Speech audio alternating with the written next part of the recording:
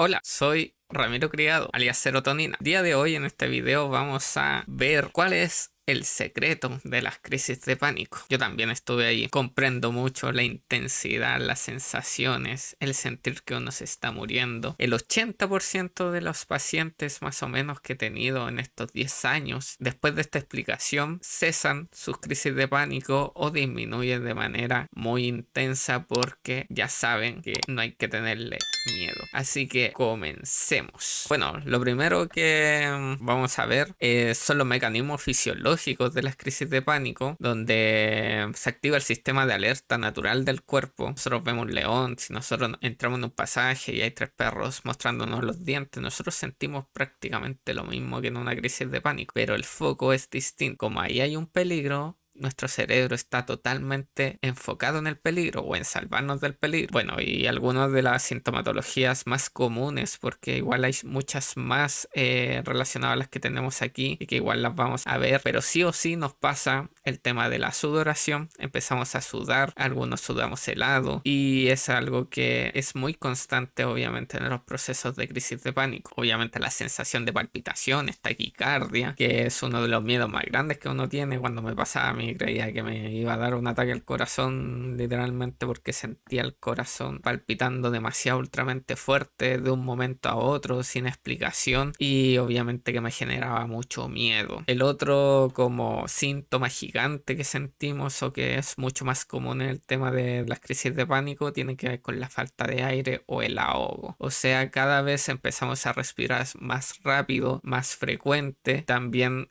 más corto. Y eso hace que también exista un mecanismo que lamentablemente empezamos a generar y que nos mantiene en este proceso de crisis. Entonces vamos a explicarlo, igual vamos a explicar la despersonalización, el mareo, el asco que le da a algunas personas, etcétera, etcétera. Pero lo primero que tenemos que explicar, como lo decía, tiene que ver con el ciclo de respuesta de lucha o huida. Esto es un sistema natural que tiene el cuerpo, como lo estaba explicando en un principio. Tiene que ver con que es muy primitivo, que cuando nosotros estamos en un peligro, se activa este circuito de lucha o huida o este circuito de alerta. ¿Por qué? Para colocarnos a salvo.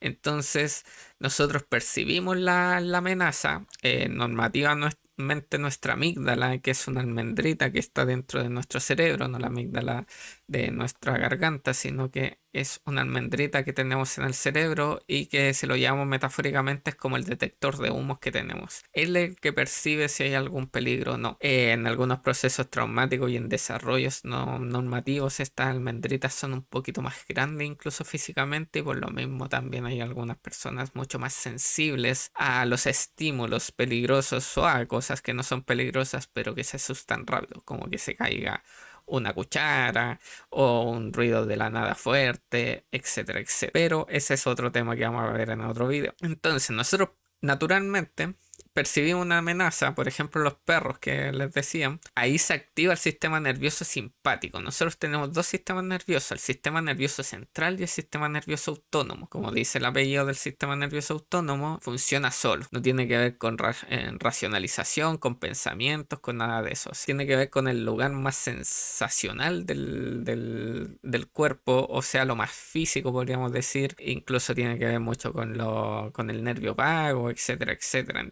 Y eso, cuando detecta la amígdala el peligro, le manda la información al sistema nervioso autónomo y el sistema nervioso autónomo sube al sistema nervioso simpático. La activación del sistema nervioso simpático tiene que ver con el sistema de estrés también. El otro sistema para volver a la calma es el sistema parasimpático y es como una olita. Entonces nosotros vivimos el estímulo, subimos al sistema simpático y al terminar el estímulo debiésemos volver al sistema parasimpático. Eso también lo vamos a ver detalladamente en un video porque ahí es donde vamos a explicar el sistema de estrés y vamos a ver qué pasa con los estrés crónicos, los estrés agudos y qué podemos hacer con eso también. Pero sigamos en este tema. Se activa el sistema nervioso simpático. Esto para que genere una liberación de hormonas, o sea, se conecta con el eje hipófisis hipotálamo suprarrenal, que nos genera una cascada hormonal donde de alguna forma nos sobreactiva para poder prepararnos para la lucha o huir. Entonces, estas hormonas,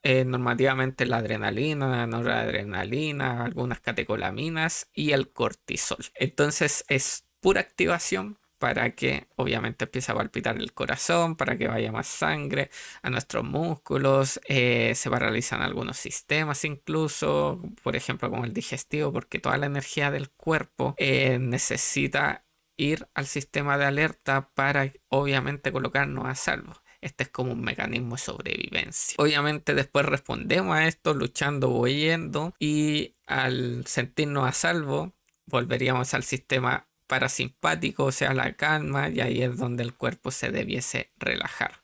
Este es el sistema normativo, obviamente, tiene que ver con el sistema que, como le explicaba, tiene que ver con un peligro literal y que obviamente el cuerpo está preparado para esto, o sea, esto es parte de el sistema natural del cuerpo. Entonces, aquí es donde lo vamos a relacionar con el proceso de las crisis de pánico. La activación del sistema de lucha-huida activa en respuesta a una amenaza percibida, como lo dijimos. Ahí se acelera el ritmo cardíaco. Esto para bombear más sangre a los músculos. ¿Para qué? Para atacar o huir. El cuerpo suda para enfriarse y eliminar toxinas. O sea, si nosotros generamos todo este proceso energético basado en las hormonas dentro de nuestro cuerpo, el cuerpo se sube la temperatura. La sensación de falta de aire, la respiración se vuelve rápida y superficial para aumentar la ingesta de oxígeno. O sea, nosotros se supone que nos vamos a preparar para correr o huir. Entonces vamos a tomar bocanadas de aire para eso. Y eso obviamente nos hace preparar, incluso hasta físicamente. Ahí lo vamos a explicar un poquito más detallado después. Es como que el pulmón se expandiera. ¿Por qué? Para que tome más aire en sí. Pero cuando estamos, por ejemplo, en el tema de las crisis de pánico, no atacamos ni huimos, seguimos respirando de la misma forma, pero con los pulmones más ampliados. Y por eso sentimos que nos empieza a faltar el aire, nos empezamos a ahogar y se empieza a generar, entre comillas, una intoxicación un poco basado en estas respiraciones demasiado frecuentes e intensas. A algunas personas les pasan temblores, o sea, tiemblan, o mientras están en las crisis de pánico, por ejemplo, se tiembla. Esto también lo vemos en el mundo animal. El tema del ataque a huida está muy estudiado en el mundo animal. El típico documental del león persiguiendo una gacela, por ejemplo. Y la gacela puede hacer dos cosas después de sobrevivir, por ejemplo, después de la persecución con el león, o pegar saltos de 2 o 3 metros, o temblar. El meme del Bambi. Entonces eso es porque de alguna forma la tensión y la adrenalina están en nuestro cuerpo. Y más encima, ya al final, cuando termina el peligro, está descargando esa energía en sí en estos temblores o tiritar.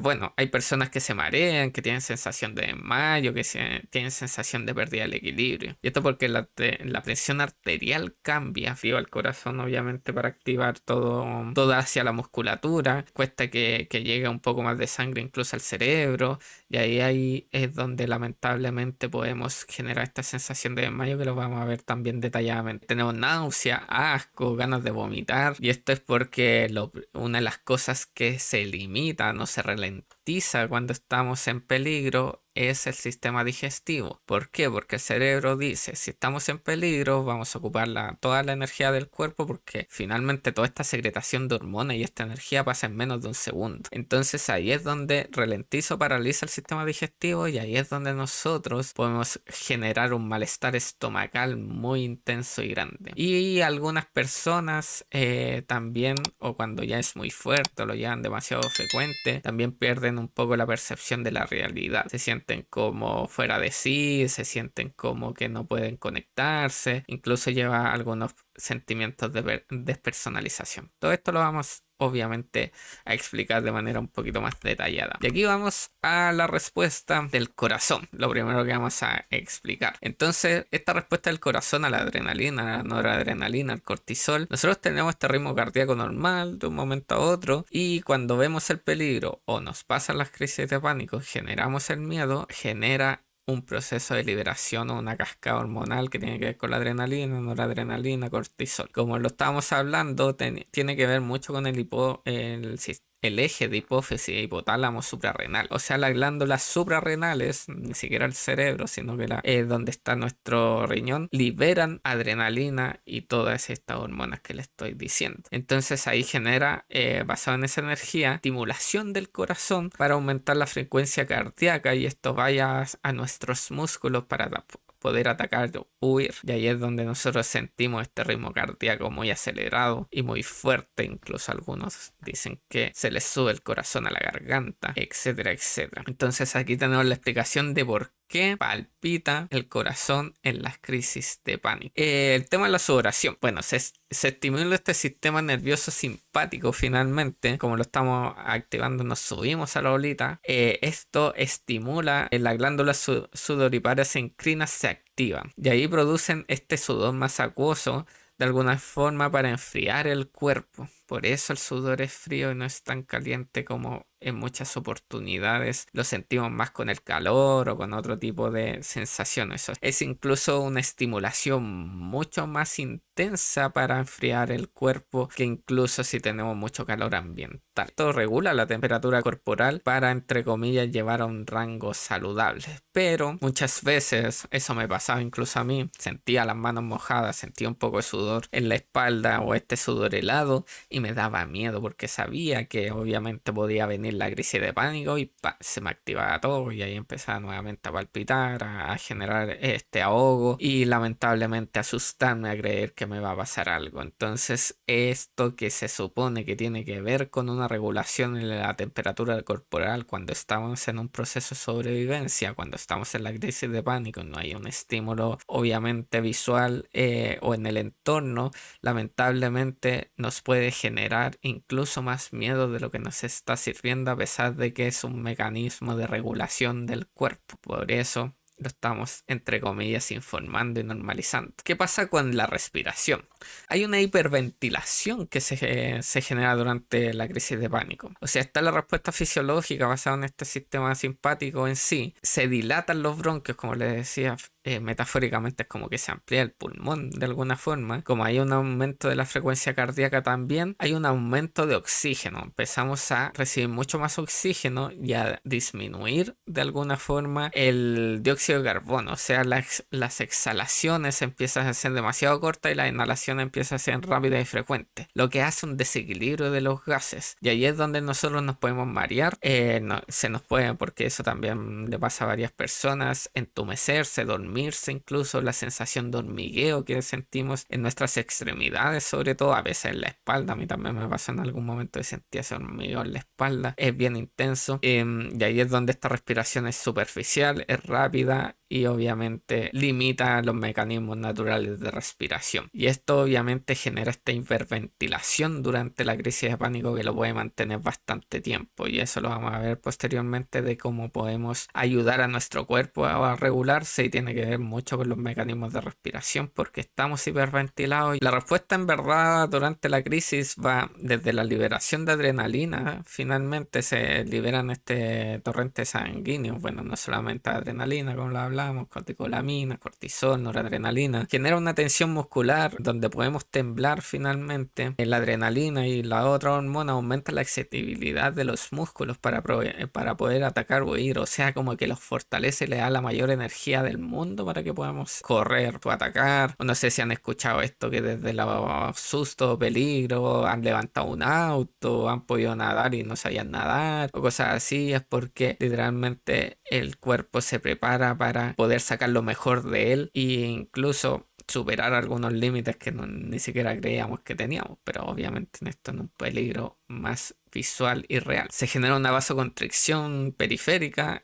donde el flujo de sangre, como decía, en la piel se reduce, y por eso también se enfrían las manos, se enfrían los pies, e incluso puede disminuir hasta el flujo de sangre al cerebro, porque obviamente todo se va a lo muscular. Y los escalofríos ocurren debido a la redistribución del flujo sanguíneo. O sea, como se redistribuye este flujo sanguíneo de un momento a otro, de un segundo a otro, prácticamente se descompensa. Y ahí es donde lamentablemente, como hay una redistribución distinta, generamos estos escalofríos que vienen junto normativamente a la sudoración. Bueno, seguimos con los mareos. Como estamos con los niveles bajos de dióxido de carbono, basado en la hiperventilación, afecta, como lo estaba diciendo, el flujo sanguíneo también al cerebro y por eso sentimos esa sensación de desvanecernos. Estos mareos también tienen que ver con el flujo sanguíneo, como les decía, al cerebro, que lamentablemente generan los mareos, la vasoconstricción periférica que la estábamos viendo anteriormente, donde los vasos sanguíneos se estrechan, disminuyendo el flujo sanguíneo al cerebro, y la sensación de desmayo, que es obviamente lo que hemos repetido todo el rato, que es porque no llega tanta sangre a nuestro cerebro. Tenemos las náuseas, el malestar estomacal.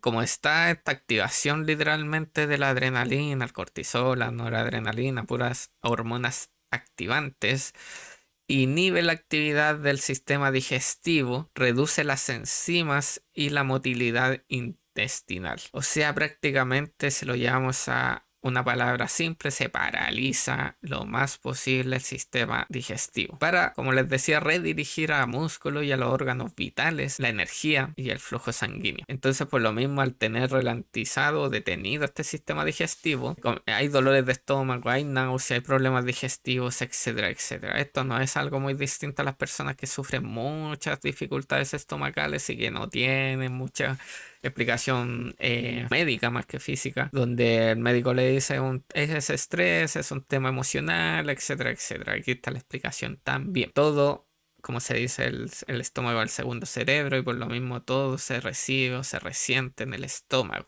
Incluso desde lo positivo hasta la emocionalidad, lo excitante o incluso el enamoramiento con las mariposas. Entonces este mecanismo, la respuesta de lucha o huida, detiene la digestión para enfocar recursos en la supervivencia inmediata, como les decía. O sea, todo va por el bien de la sobrevivencia, porque lo más importante del cerebro es que tú sobrevivas. No que seas feliz, no que tengas libertad, sino que tú sobrevivas. Y por lo mismo, esto de la nada, sin pensarlo, se activa.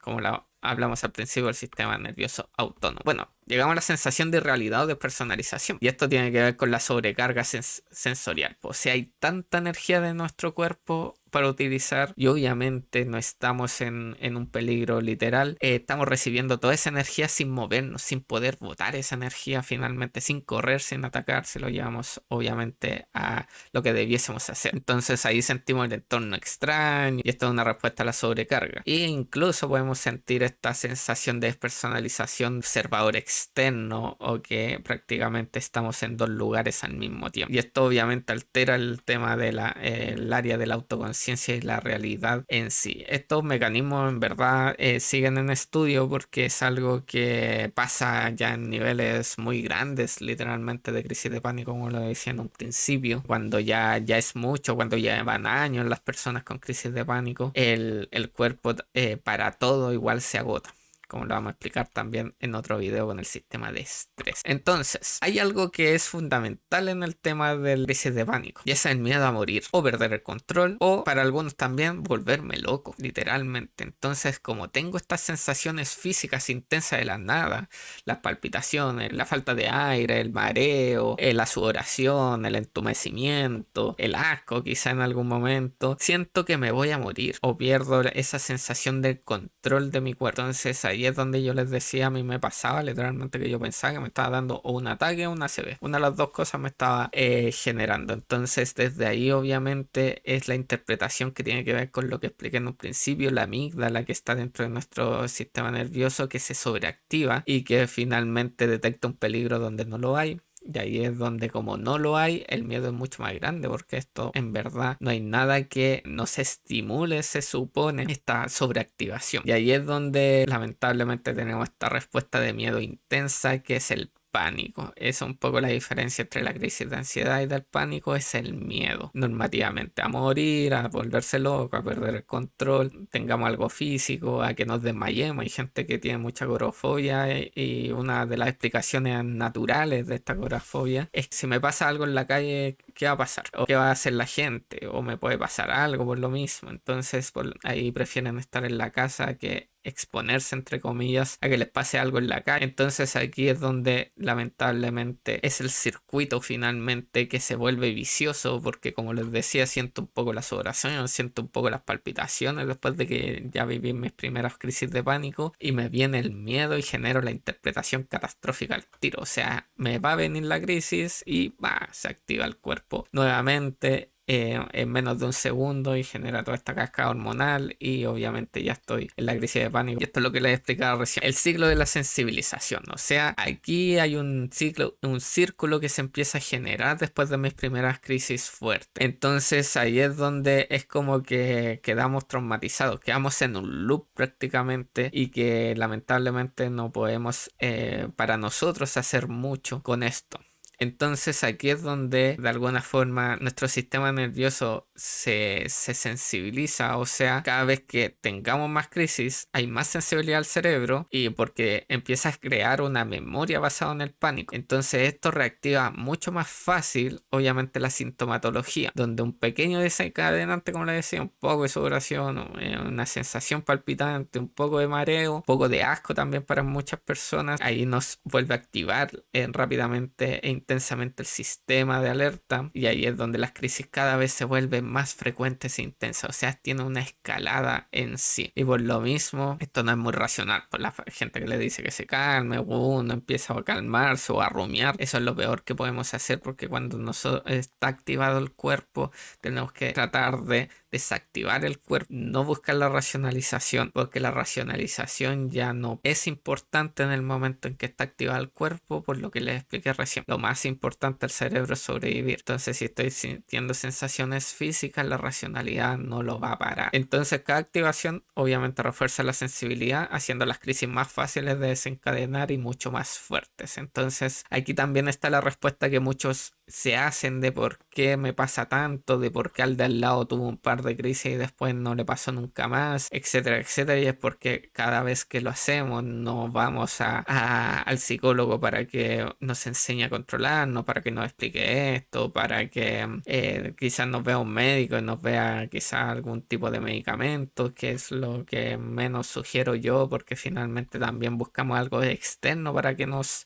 calme, y como lo estábamos hablando anteriormente, esto tiene también que ver mucho con la pérdida de control. Entonces, si yo no tengo el control de mi cuerpo, o no siento que puedo tomar las riendas de mi cuerpo de nuevo, lo hace algo externo. Entonces ahí es donde uno empieza a hacerse dependiente, entre comillas, de sobre todo los ansiolíticos, clonazepam, clonazepam, etcétera, etcétera, donde casi tengo que salir con la pastilla en la mochila o en la cartera, porque si no siento que me va a pasar algo siempre, o cuando no sé que no lo tengo me empiezo también a desesperar, y lo más probable es que me pueda dar hasta una crisis, porque la seguridad me la da la pastilla y no la encuentro en mí. Por lo mismo hay que hacer algunas cositas que vamos a ver. Y aquí están los beneficios obviamente, y qué podemos hacer nosotros. Bueno, una de las cosas que está muy investigada tiene que ver con las técnicas de respiración consciente y el mindfulness. Bueno, esto se ha hecho milenariamente, como lo saben, pero hace muy poco nos pudimos meter al cerebro con el tema de las neurociencias, y ahora se sabe y cada vez salen más estudios de que el mindfulness o la respiración consciente hace muy bien para nuestro cuerpo. Incluso hay un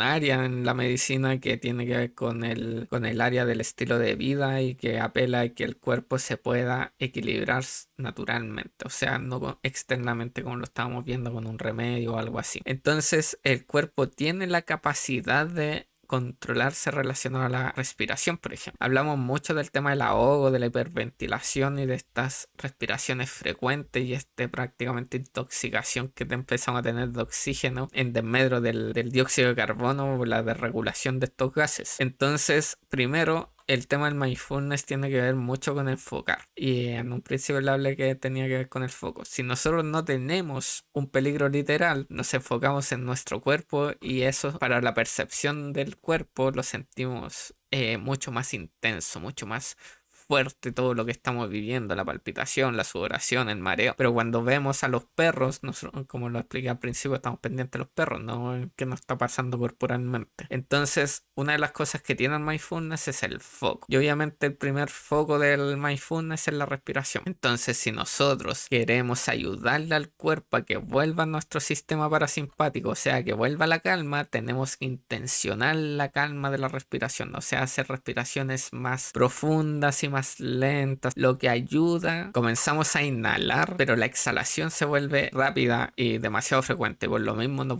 alcanzamos a, obviamente, a generar el equilibrio de los gases. Entonces, si nosotros generamos exhalaciones, sobre todo mucho más largas, vamos a intencionar que nuestro sistema deje de secretar las hormonas. Entonces, es una señal finalmente la respiración frecuente e rápida y superficial. O sea, cuando estamos de esa manera, nos está diciendo el cuerpo que estamos secretando los procesos hormonales y que lamentablemente también nos estamos intoxicando de oxígeno en la red de regulación de gases. Entonces, nosotros intencionamos esta respiración abdominal mucho más lenta, o sea, que llegue la respiración prácticamente al abdomen o a la guatita de un momento a otro, haciéndolo bastante rato, mínimo unos 5 minutos, 10 minutos, vamos a poder calmarnos en sí. Entonces comienza a generar una calma gradual, mejorar la regulación emocional y obviamente esto lo ideal es hacerlo rutina, o sea, entre más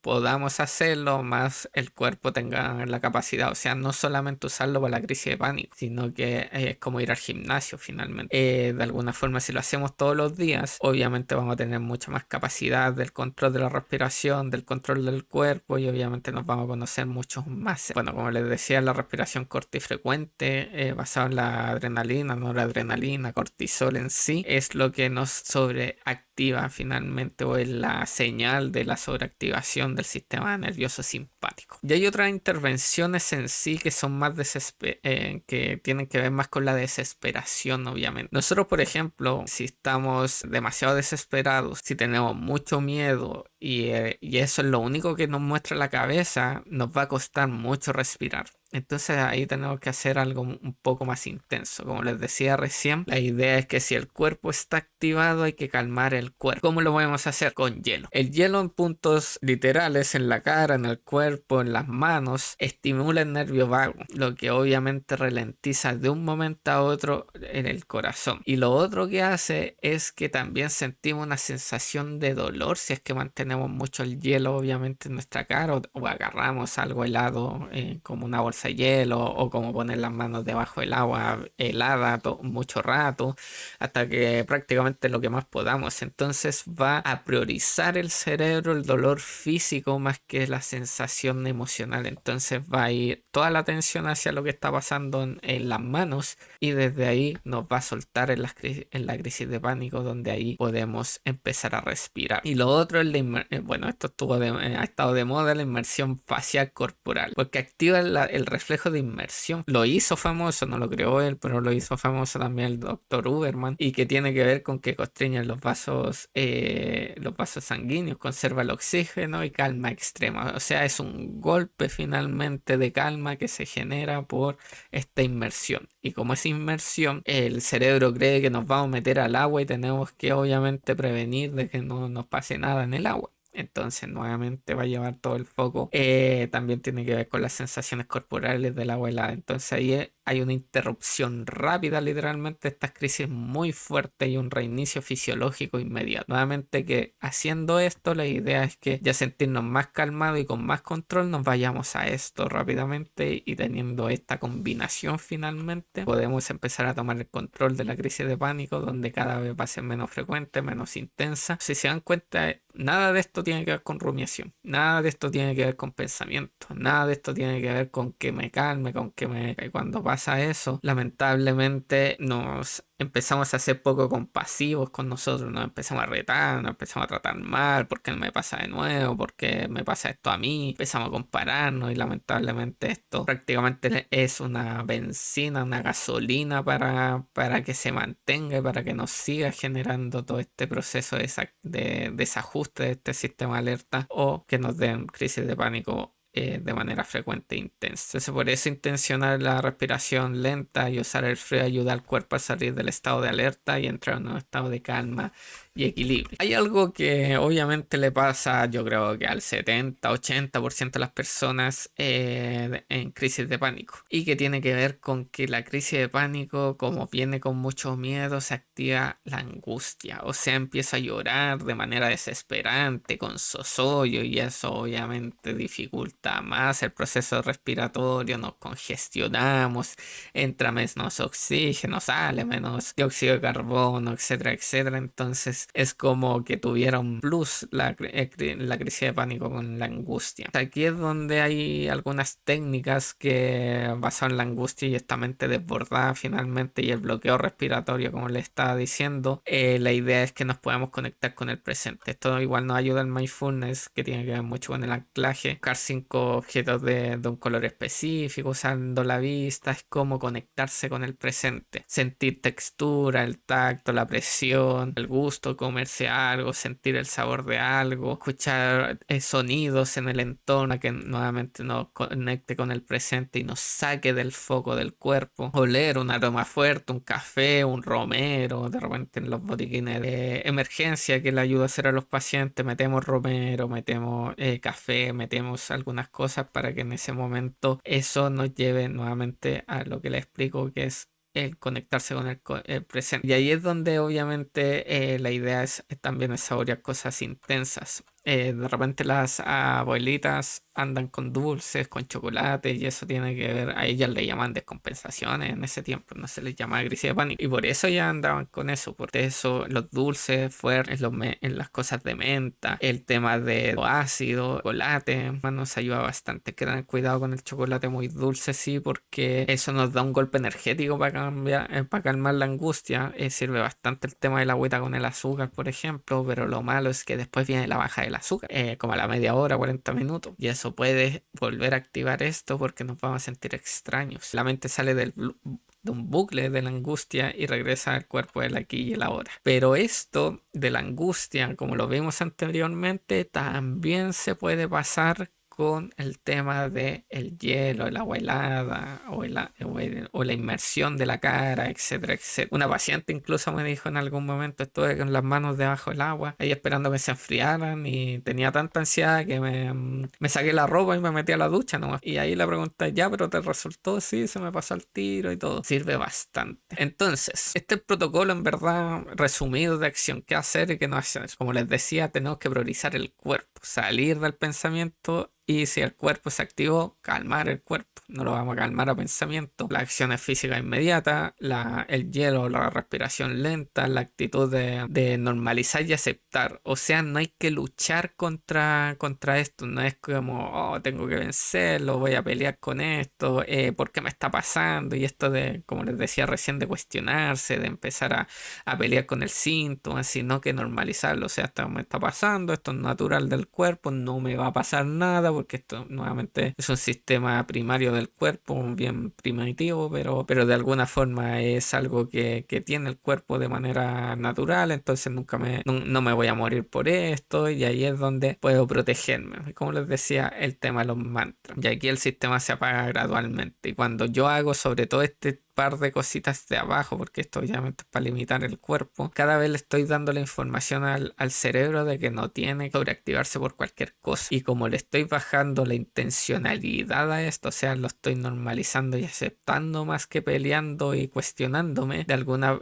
forma empiezo a tomar el control. ¿Qué no hacer? Obviamente, como les decía, pelear con la mente, empezar a rumiar, porque a mí cuando parará, a la prima se le pasó al tiro, cómo yo no puedo hacerlo, si soy débil, etcétera, etcétera. Pensamientos catastróficos, o sea, eso es lo primero que hay que limitar en sí. Por lo mismo hay que tratar de normalizar esto y aceptarlo nomás que está pasando, y esperar que pase. vas a obviamente si quieres ayudarlo más rápido a estos procesos del cuerpo. Así se me pasó a mí, no sabiendo mucho esto, que a mí me pasó más o menos 18, 19 años, entonces no tenía toda esta información, incluso estaba, ni siquiera había entrado a mi carrera de psicología ni nada de eso, entonces una psiquiatra me dijo, vívelo en la pieza y date cuenta de que no te va a pasar nada y normalízalo, déjalo que fluya nomás, y en verdad, desde ese momento en adelante, en mi caso, no a todos les sirve de esa forma, pero en mi caso empezó a disminuir de 2 días, cada 2 días estar en la clínica con una pastilla debajo de la lengua, a que prácticamente me pasara 1 o 2 veces más y que no haya sido tan intenso y desde ahí no me pasara más.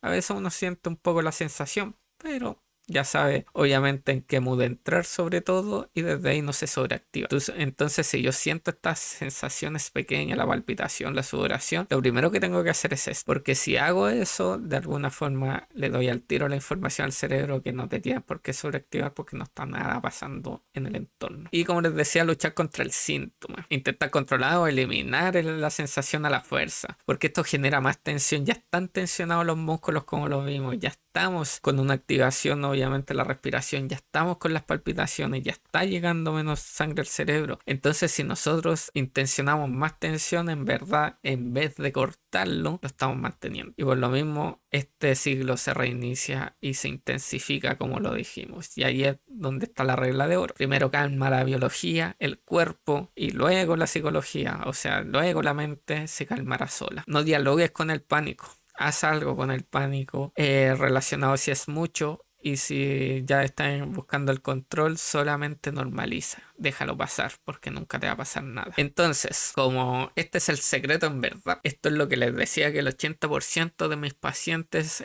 finalmente que yo les explico esto, incluso mucho más simple que esto, rompe el ciclo del miedo de un momento a otro. Entonces, antes de tener esta información, uno genera la interpretación catastrófica, se compara, es poco compasivo, se siente débil, etcétera, etcétera. Entonces allí hay un peligro, la sensación del peligro mortal que mantiene la activación de la amígdala. Yo obviamente interpreto que también me está fallando el cuerpo, que algo está pasando, que hay gente que no se convence de los exámenes y cosas que les dice el médico, no, si no le salió nada, no, si no tiene nada.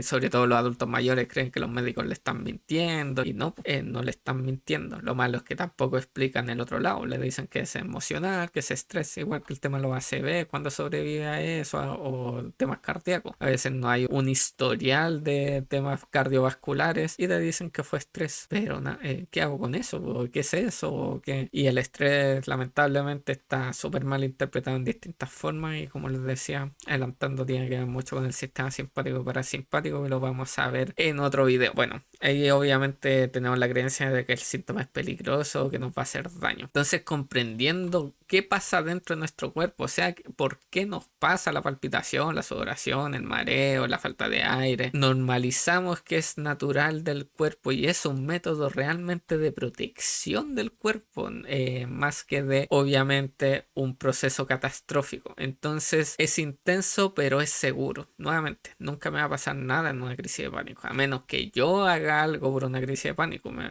pasó en procesos de práctica que tuve en la universidad, donde íbamos donde unos adultos mayores en un centro de día, que una abuelita viviendo en un cuarto piso le dan crisis de pánico. Y como antes incluso había prácticamente una negativización de las emociones e incluso una invisibilización emocional, hay muchas personas que se golpean o que buscan pavilar, como se dice aquí en Chile, es como que prácticamente salir de ese mood emocional, pero a golpe. Entonces, ¿qué pasa? Que esta abuelita empezó a azotarse contra las paredes y obviamente vivía en un cuarto piso sola, o sea, podría haber pasado de la ventana para abajo, pero la crisis en sí, lo que está pasando en mi cuerpo, nunca me va a pasar nada. Entonces, por lo mismo, eso también es lo primero que hay que ver. Esto es natural del cuerpo y si es natural del cuerpo, no me va a pasar nada. Entonces, y darle esta interpretación de que mi cuerpo me está protegiendo, más que ver obviamente la particularidad de cada uno, de por qué se activó esto, más desde el proceso emocional, porque pues de alguna forma se desajusta, y ese desajuste puede ser por trauma, por estrés agudos, por estrés crónicos, por distintas situaciones que uno puede vivir, y es más particular de cada persona, y eso también lo vemos en terapia para que obviamente no se active otro síntoma, porque nuevamente porque si yo quito solamente el síntoma, eso, los síntomas son señales, significa señal. Entonces si yo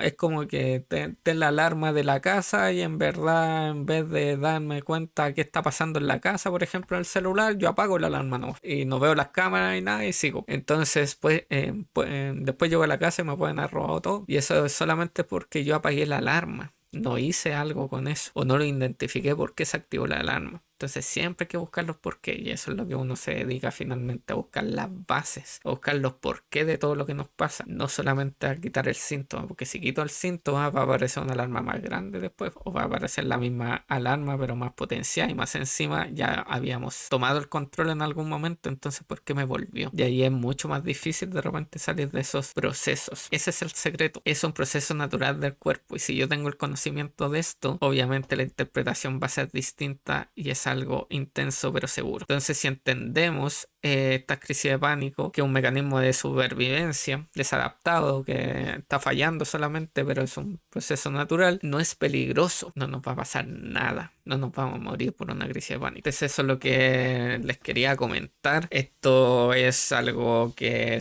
extrañamente los colegas no lo explican. Yo, como les digo, estuve ahí, yo pasé por muchos profesionales en algún momento, psicólogos, psiquiatras, y nadie me explicó esto. Y como les digo, la mayoría de mis pacientes solamente con este conocimiento ya limitan sus crisis de pánico o vuelven a tener el control en sí. Entonces, desde ahí ya nosotros generamos un trabajo después de esto mismo que les decía, de buscar el por qué se activó esta crisis de pánico y eso es lo que hacemos. Igual que cosita, obviamente, está mi link. Puedo ver personas de todas partes del mundo. Usted se puede pagar con cualquier tarjeta global, Mastercard, Visa, etcétera, etcétera. Aparte de personas obviamente chilenas, te genero procesos online. Entonces ahí en la descripción del video yo les voy a dejar el link. Aquí hay un video que YouTube te va a sugerir. Aquí develamos el secreto que tienen tan escondido los médicos y mis colegas, los psicólogos también. No lo sé por qué, pero que en verdad ayuda bastante. Entonces espero en otro video. Nos vemos y que vuelvan a ser protagonistas de su vida. A eso apelamos. Se cuidan y chao.